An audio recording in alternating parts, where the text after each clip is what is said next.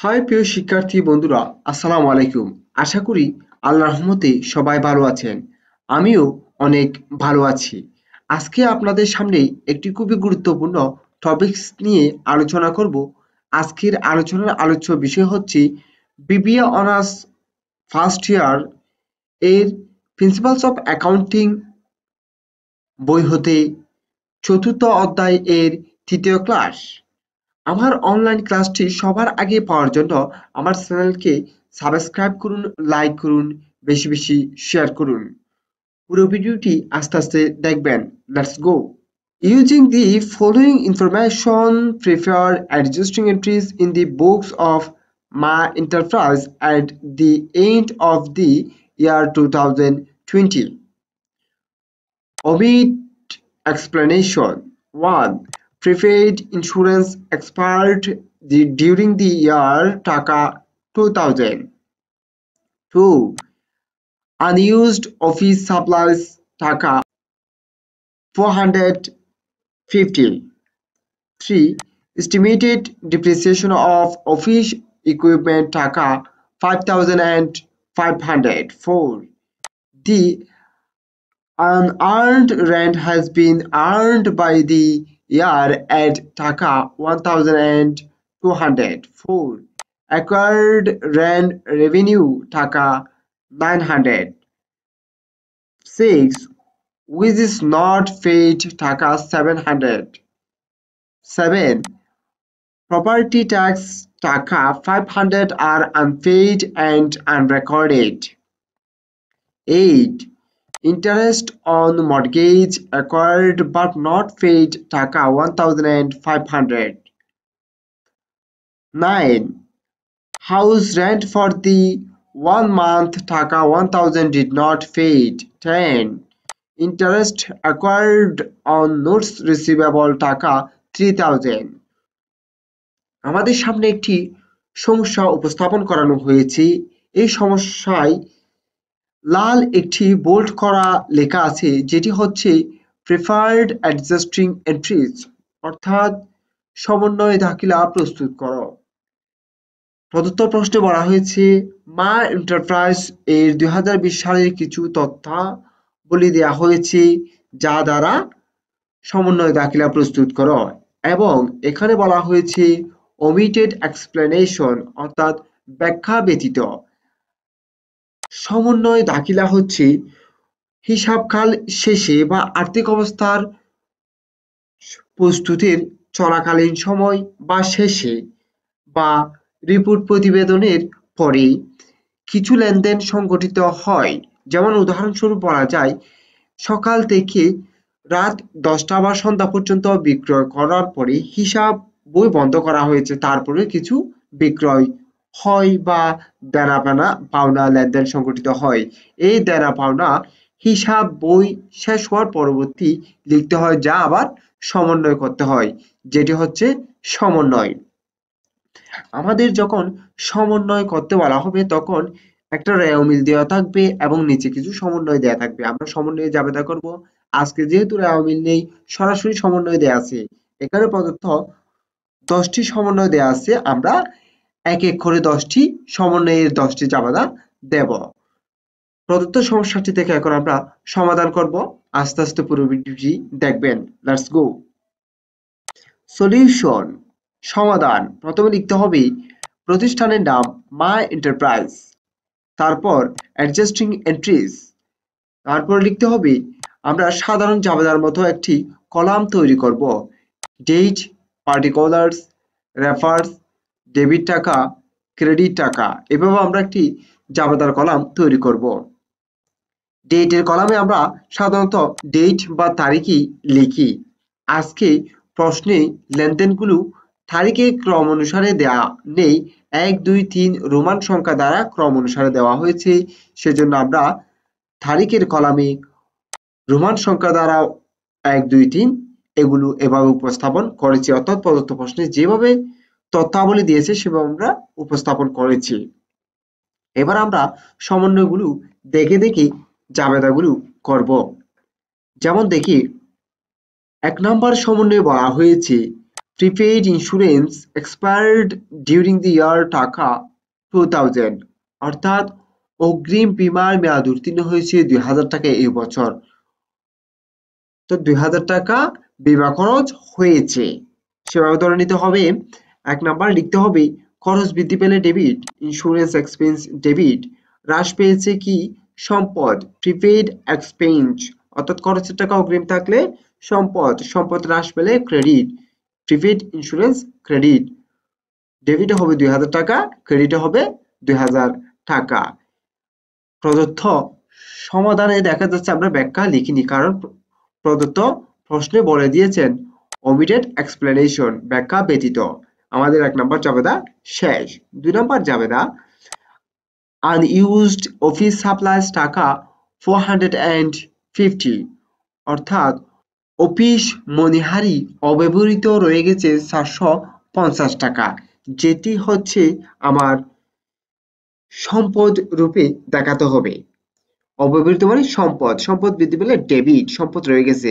Office supplies on hand 450 টাকা debit. Office supplies expense 450 টাকা credit. Office supplies on hand মানে সম্পদ বৃদ্ধি পেয়েছে সেজন্য ডেবিট, ক্রেডিট করেছি অফিস সাপ্লাইজ এক্সপেন্স, অর্থাৎ অফিস মনিহারি খরচকে ক্রেডিট করেছি। আমি আগেই বলেছি সমন্বয় দাখিলায় দুটি উপাদান দেয়া থাকে, একটি হচ্ছে রেওয়া মিল, নিচে হচ্ছে সমন্বয়। আজকে রেওয়া মিল যেহেতু দেয়া নেই, আমাদের ধরে নিতে হবে রেওয়া মিল আছে। আমরা এই অফিস সাপ্লাইজকে আগে হিসাবভুক্ত করেছিলাম খরচ হিসাবে, office supplies expense debit, office supplies on hand credit.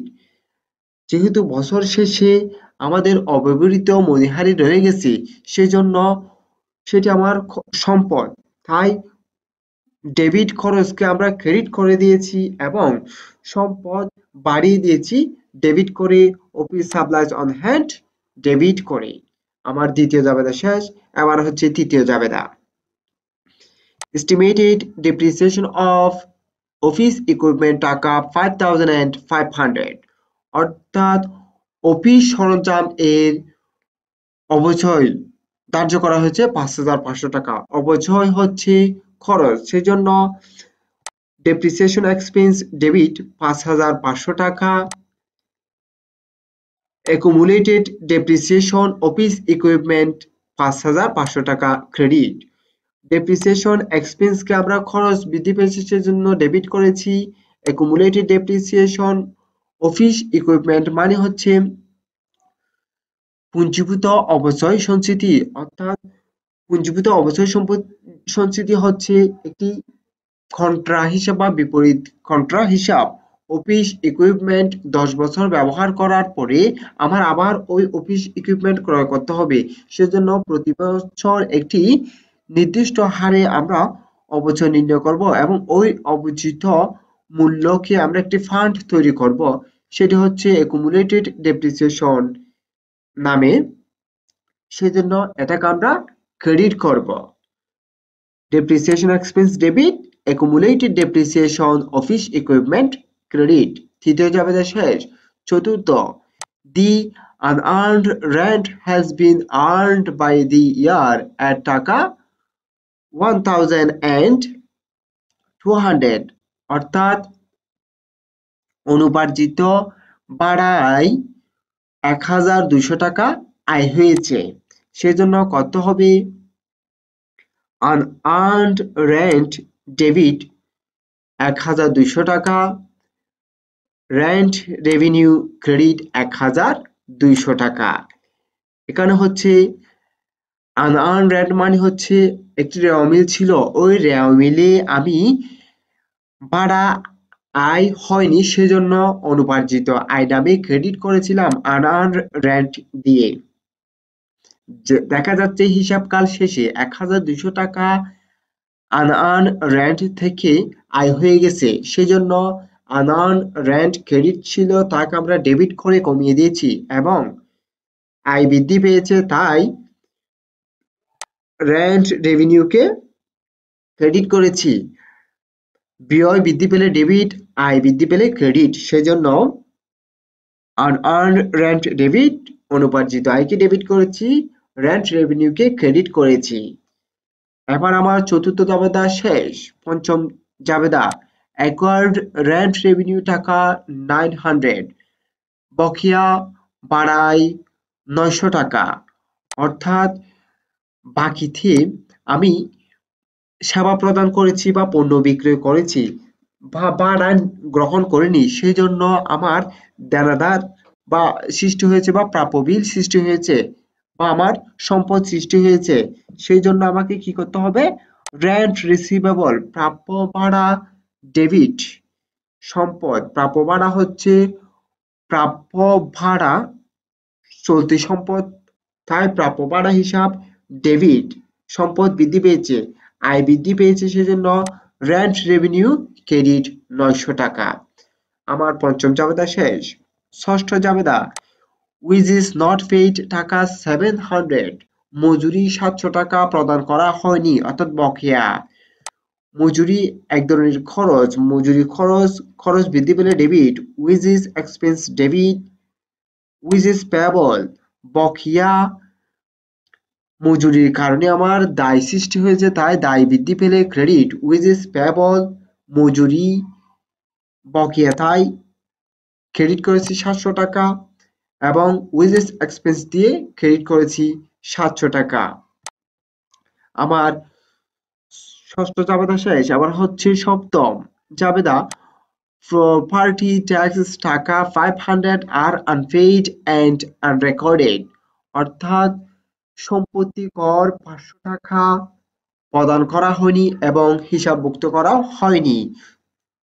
তার জন্য জাবেদা হবে প্রপার্টি ট্যাক্সেস এক্সপেন্স ডেবিট।